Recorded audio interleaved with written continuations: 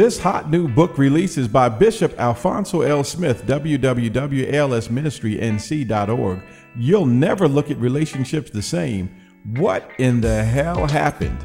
Well, Bishop Alphonso L. Smith, he's going to unlock some of those nuggets real soon. Get your copy today. We are now back at the house. This is where we started. These are nice digs for somebody that says that they had a lot, lost it all. If this is where you land when you reach for the stars, I'd really like to be a part of that. Oh, praise the Lord. God has been so gracious to us. So let's see. We talked about who Bishop Alphonso Smith is, the preacher. We talked about Destiny Worship Center, and that's the undertaking as far as your ministry goes. We touched on what in the hell happened. I'm looking behind you, and there's a book. It says, "Get yours today." Hot new book release. We know if it came out of alsministrync.org, it has to be a quality piece. The interesting thing that I see is I see one ring that's solid and one that has a break in it. Is that symbolic of something, or am I just reading into something that's not there? Oh, no, it is symbolic. It represents that your marriage can stay together, or you see that it can be broken and how to deal with it when it's broken. The threads that hold the fabric of a relationship together become tattered, and then they start seeking the pastor's help. What would happen if it was just the antithesis, where before those threads started to break, they came to see you? What would be different in your counseling? Then we would talk to them about preventive things. If they're sometimes the small things they don't recognize. So before the threads unravel, as you said, if we can spot out those things. We'll pick out things that may be a little irritating, maybe festering things that they have not yet targeted. We would try to target it and work on those things to keep the relationship together. A book. This is the first of many, I'm certain.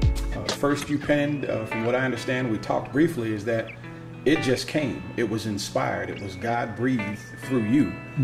And you didn't reveal the makings of this book to anyone but your inner circle. Young people, when they have visions and they want them to come to fruition, what do you suggest they do before they tell the world they have this great new idea? Hey, Dad, I'm thinking about starting a business. Hey, Dad, I'm thinking about going into the military. Hey, Dad, I'm thinking about selling some weed. What do they need to do with those thoughts prior to making a plan? What I did, I shared it with some people that I trusted, that I knew had my best interests at heart. And that's what they should do. When they have a vision or plan, especially thinking about going into the military, sit down with their mom and their father or people in their life that they trust. And they're thinking about doing the opposite, getting into some illegal stuff, do the same thing. Hey, Dad, I don't think I can make it. What do you think about me getting on the sidewalk, slinging a little bit, and let that person who's a positive influence guide them in the right way? Now, being a pastor, I'm sure you've heard all kinds of things. When someone comes to you and they blow you out the water with what they say, how do you keep your game face together? And what does it do to you when you say, you know what, they just told me something that I can't even fathom. How am I going to respond? What do you do? Well, that's a hard thing to handle because I've been blown out the water before by some things. And you have to keep it's sort of like we call it the face of flint. The Word of God said that face of flint. You don't want them to know it affects you in that manner because you want to be an influence, a positive influence in their life and give them some solid counseling. So therefore, the only way I keep it is because of the way I grew up as well. Because I went through so much, I was able to maintain when others didn't know all hell was breaking out in my life. So even now, when somebody comes to me with some crazy stuff, I can smile or I can stay there with a stern face and give them some direction from what I believe the Lord has given me to share with them. Now let's switch gears a little bit. The tentacles of your ministry reach far and wide. The vision that you have for Destiny Worship Center isn't one that's inside of the box, it's outside the box. Your ministry is inclusive of all.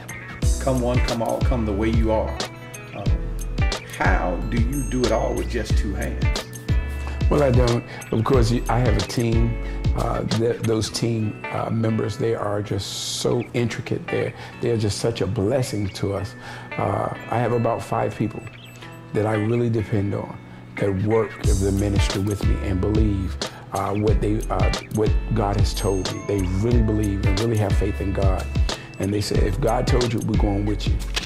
Young men are wearing their pants off, exposing their buttocks. You know, the pants just hanging down, want to show everything. Right. How do you counsel those kids? You know, they're running with their pack. Right. One thing, we don't pressure them.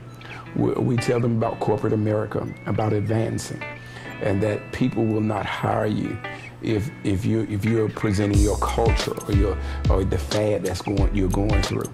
The thing is teaching them how to be a man. I know a lot of young kids, they love it when you wear your pants down. We shared that it comes out of the penal system, the incarceration, and let them know the real deal. Say, look, man, I know it seems cool, all the hip hop artists is doing it, and, you know, it's chill thing to do, but in order to succeed in society, it's not acceptable. And we have to lead them with baby steps. There's certain things you just can't do, it's not acceptable in mainstream. And if they want to go in the hood and they want to chill with the boys and stay there in the hood, that's cool. But if they want to be a businessman, they want to really make it, there's some things you're going to have to pull off. There's some discipline you're going to have to come into. It's just the way life is. Talk to that young man that's desiring a booty call, but really isn't ready for it. Right. Look right into that camera. What happens after the booty call is the baby. And you're not ready for a baby because you're not mature enough, man. And girl, you're not mature enough. The thing is, when a baby comes, there's responsibility and accountability. And when you have responsibility and accountability, then you become an adult when you are a child. And therefore, you got to raise a child. You're not ready for that, man. It takes away from your childhood. You need to enjoy life. Start saying, hey, I want to be a scientist. I want to be a teacher.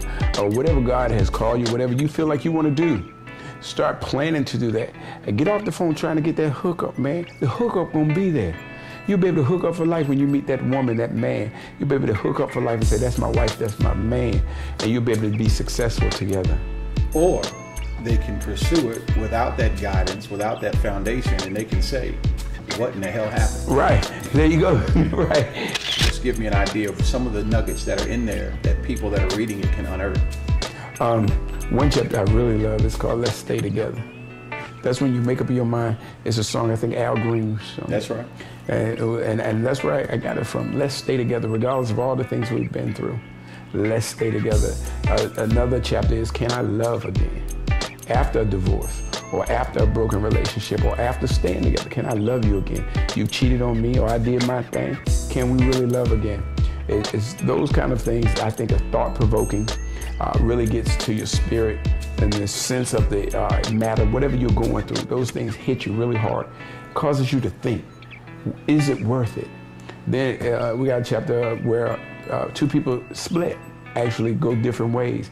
How to deal with that? Who did we hurt? Knowing that when you do divorce or do decide a separation, you are going to hurt some people. Can you handle that? Be ready for the ostracism from some people. I watched you talking that last segment, is that was personal. Right. The passion came out, your fists got balled up, your teeth got clenched, yeah.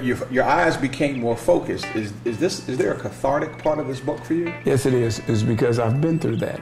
And I've been through where you've been ostracized from church people because they didn't understand, because of the brokenness. They couldn't feel the pain. Because, you know, the thing is, what God has joined together, let no man put under. But that's if God joined you together, or did you go out of flesh and get married? Now, how do I make it? How do I stick in it? And without people counseling, because I didn't receive it. All people tell me, stick in there, man, hang in there, hang in there. And they didn't understand the pain that my wife was going through at the time, and I was going through. We needed that. We needed some love, some nurture, some guidance. And so when I feel so passionate about it, because I know a lot of people would have committed suicide because they're in the church and they have a public position. And what are people going to think about me? They're going to think I don't know God now, or what my friends going to think. And so it's just it was a self-check book, so to speak, a self-help book as well. Well, it's almost like you had to turn yourself inside out and expose your innards to everyone, but you still had to wear the cloak of stability while that was going on. Right. Pastors are special people, but you're not super beings. Right. Where did you find time to cry? When did you go to your closet and say, you know what, this is killing me? Right, I thought I had lost my mind, to be honest. I thought I was losing it. I said, I started talking to myself. I said, oh my God, I'm losing my mind. And of course, the enemy plays and said, look, just let it go, kill yourself. Don't nobody care. They don't understand. You don't even understand no more. Why did this happen to me? And so I started asking myself, what in the hell happened? What happened? So this book had to happen. There's a sparkle in your eye. Adversity. You're talking about coming back from not being able to walk. Doctors saying that we don't understand it. Personal adversity with family and friends. Spiritual adversity with struggling your position. Marital adversity. You had everything lumped on you, but you're still kicking. So when that young man comes in and he has his tough choice, do you just giggle sometime when you say, oh, Doc, you know, my girlfriend, we just broke up. How long you been together? 2 months. Right, because they think it's so the world has ended. And I'm like, man, you don't even know what the meaning of the world ending, because there's so much that's dropped on us. But, you know, the Lord's been so kind and kept us, man, just kept me going. Before I was looking at, I was looking at the outside of a person. And to be honest, I was looking at the outside and I was like, oh yeah, that'll make a good mate. Right. Now I'm looking at the inside and saying, okay, how can I help you? How can you help me? And so when people are looking for somebody, I think sometimes we look at the outward and we say, oh, you're fine. Boy, you look good. And that's what's up. You know, I want to get, but it's way more to it than that.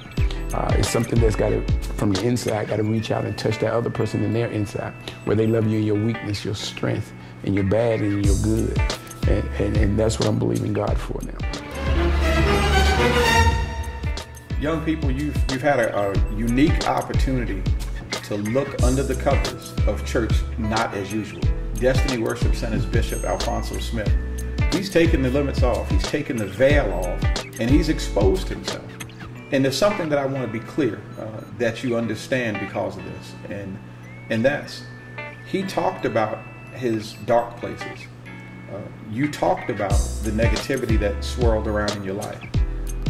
Just because he mentioned that he used to deal drugs, make sure you understand that that was used to. Mm-hmm. That's 20 years or more ago. That's nothing new. Make sure you understand he doesn't drink now. Mm-hmm. There's no more crime or negativity or mama being upset with me. That's gone. This is the new improved Alphonso Smith. Right. So when his name is mentioned, and because you heard him say this, doesn't mean he does it. And I just want to make clear to you that this man is doing it right, that his ministry is strong, and that there's fertile ground at Destiny Worship Center. When you can find a person that gives themselves with no return in it, he's not being paid for this interview. He didn't give me a list of things that I could talk about or couldn't talk about. He put it out there for you. So young folk, what I want you to do is write him a letter, give him a call. Destiny Worship Center, we're going to put the information on the screen. As a matter of fact, it's on the screen right now. If you're in the Raleigh, Durham, North Carolina area, make sure you give them a call. Better yet, Alphonso Smith said, stop on in. Not the bishop. That was Fonso. He said, stop on in. And the bishop will be waiting for you when you get there. Yes. There's a great group of folk there that are his armor bearers, Chris and Keith and Tasha, and that circle that he talked about. If you want to see church as usual, then go where you've been going. If you want to see something unique, you need to stop by Destiny Worship Center.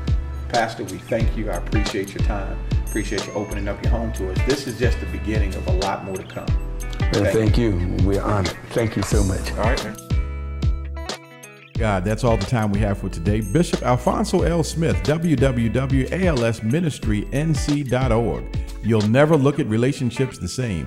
Just log on to www.lsministrync.org to get your copy today.